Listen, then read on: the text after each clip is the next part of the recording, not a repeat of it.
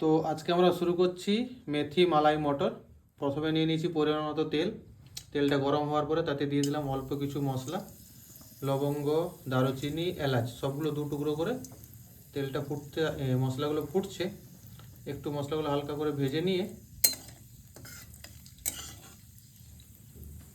মশলাগুলো ভাজা হয়ে গেলে এবার আমি দিয়ে দেবো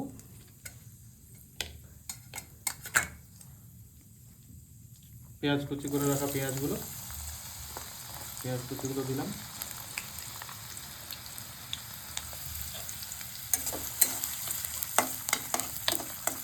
পেঁয়াজ হালকা করে ভেজে নেব।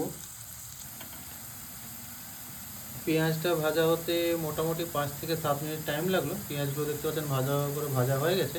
এবার এখন ওতে দিয়ে দেবো আমরা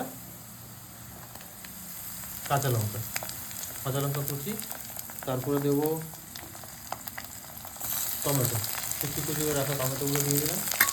একটু ভালো করে নেড়ে নেবো। একটু টমেটোগুলো থেকে জল বেরাবে, তার জন্য একটু অপেক্ষা করতে হবে জলটা মরে যাওয়ার জন্য। টমেটোর জলটা অনেকটা কমে গেছে। এবারে আমরা দিয়ে দেবো কুচি করা কাজুগুলো দিলাম। কাজুগুলো দিয়ে একটু নেড়ে নেবো হালকা করে। কাজুটাকে বেশিক্ষণ ভাজবো না, একটু হালকা নেড়ে চেড়ে এবারে মশলাগুলো দিয়ে দেবো। সবগুলো মশলাই দিয়ে দিলাম। মশলাগুলো দিয়ে আবার নাড়ছি একটু। এইখানে একটু ভালো করে ভাজতে হবে, সময় লাগবে একটু। মশলার মধ্যে দিয়েছি ধনে গুঁড়ো, জিরে গুঁড়ো, লঙ্কা গুঁড়ো, হলুদ গুঁড়ো আর অল্প হাফ চামচ আমচুর পাউডার। এরকম ভাজা হওয়ার পরে এই জিনিসটাকে নিয়ে যাচ্ছি আমরা মিক্সার গ্রাইন্ডে। এখানে একটা ছোট্ট ট্রিক আছে, মশলাটা গ্রাইন্ডিং করার আগে কিন্তু একটু ঠান্ডা করে নিতে হবে। মশলাটা গ্রাইন্ডিং হয়ে গেছে। এবারে কড়াতে নিয়ে নিয়েছি সাদা তেল। তেলটা গরম হয়ে গেছে, দিয়ে দেবো জিরেটা হালকা ভাজা হয়ে গেছে। এবারে মশলাটা দিয়ে দেবো, গ্রাইন্ডিং করা মশলাটা।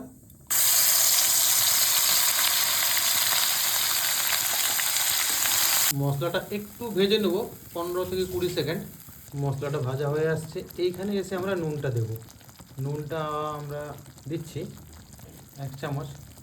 এটা কিন্তু হচ্ছে আপনার আইটিসির পিঙ্ক সল্ট।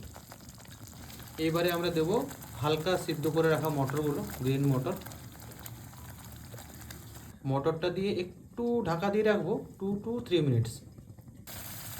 এবারে মশলাটা তেল ছাড়তে আরম্ভ করে দিয়েছে। এখন আমরা গ্যাসটা বাড়িয়ে দিয়ে দেবো মেথিগুলো দিয়ে দিলাম। আগে থেকে ভেজে রাখা মেথি শাকগুলো দিয়ে দিয়েছি। তারপরে কালারটা কিন্তু এইরকম আসছে। রান্নাটা এখনও শেষ হয়নি, এরপরে আরও দুটো আইটেমের মধ্যে দেওয়া হবে, তারপরে শেষ হবে। একটু ধৈর্য ধরুন। এবারে গ্যাসটা কমিয়ে দেবো দুধটা, 1 কাপ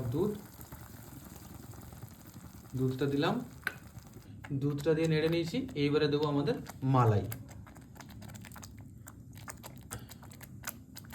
মালাইটা দিয়ে দিলাম। এবারে দেখুন কালারটা কত সুন্দর এসেছে, সুন্দর মিষ্টি একটা কালার। টেস্টটাও খুব সুন্দর, এটা খাওয়ার পরে বুঝতে পারবেন। যদিও রান্নাটা হয়ে এসছে, তবু 2 মিনিট একটু ঢাকা দিয়ে রাখবো।